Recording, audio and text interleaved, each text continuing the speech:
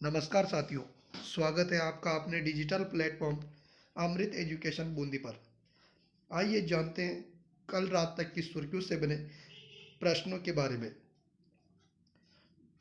Daily current अफेयर्सों में, जिसमें पहला प्रश्न है, एशिया का सबसे बड़ा ट्यूलिप गार्डन कहाँ तैयार किया गया है? तो कश्मीर में। दूसरा प्रश्न है, साझा बौद्ध विरासत पर किस क्रम का एससीओ सम्मेलन 14 मार्च से शुरू होगा? तो पहले क्रम का, जो दिल्ली में मनाया जाएगा। तीसरा प्रश्न है, किस बैंक के म्यूचुअल फंड द्वारा बंधन म्यूचुअल फंड के रूप में अपनी नई पहचान बनाई है? तो आईडीएफसी। बंधन बैंक का मुख्यालय कोलकाता में। चौथा प्रश्न है, हाल ही में 3 मार्च को किस जापानी नोबेल पुरस्कार विजेता का निधन हो गया है, जो शांतिवाद और उनके विकलांग पुत्र पर अपनी पुस्तकों के लिए जाने जाते हैं?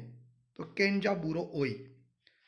नोट 1 है, नोबेल फाउंडेशन की स्थापना 29 जून 1990 को एक निजी संगठन के रूप में हुई थी।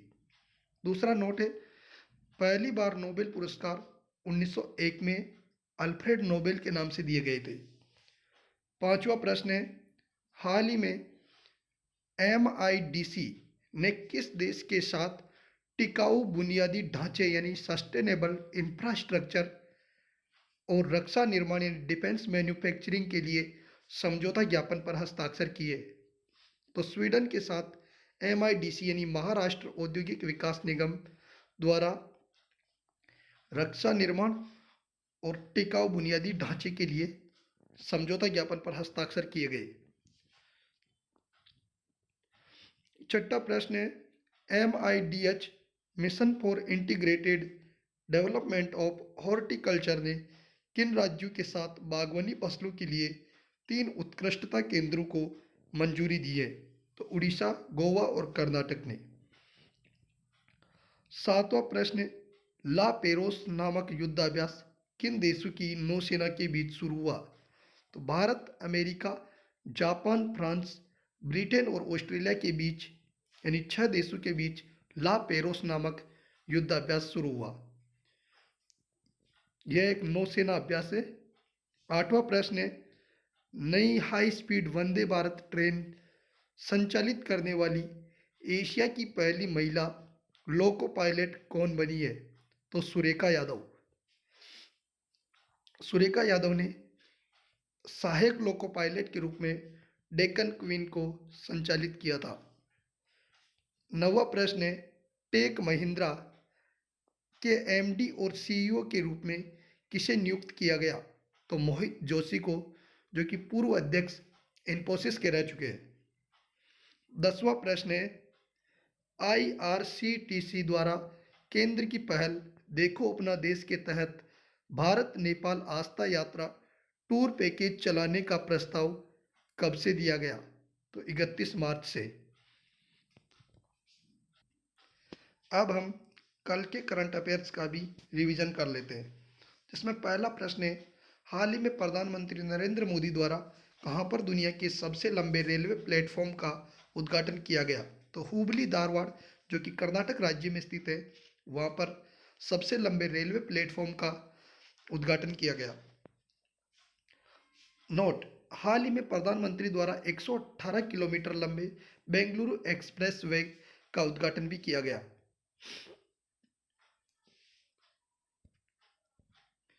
19वीं बिम्स्टेक मंत्री स्तरीय बैठक की अध्यक्षता किस देश द्वारा की गई?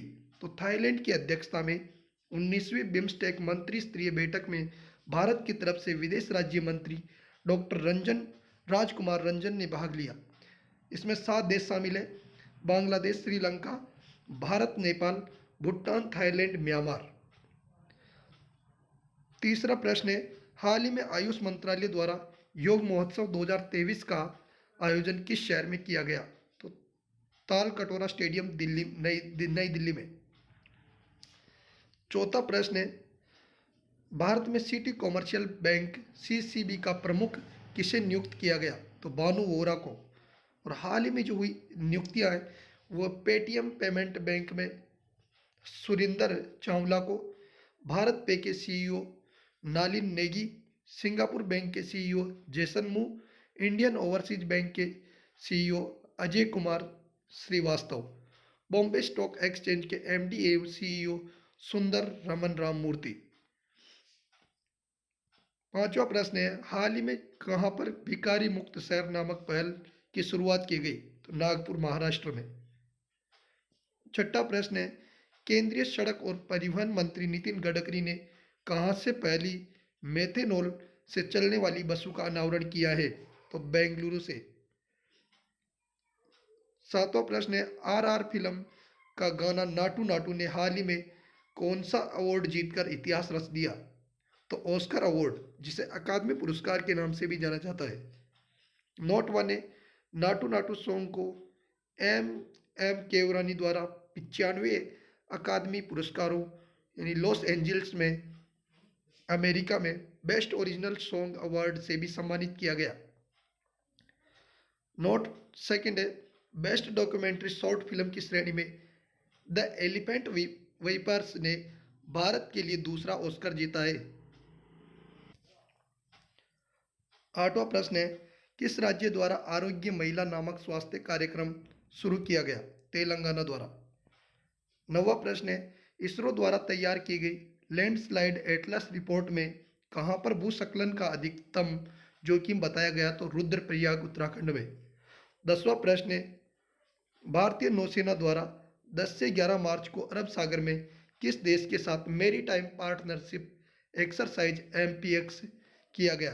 तो फ्रांसीसी नौसेना के साथ। धन्यवाद साथियों, आप सभी इसे लाइक शेयर एंड सब्सक्राइब जरूर करें। धन्यवाद।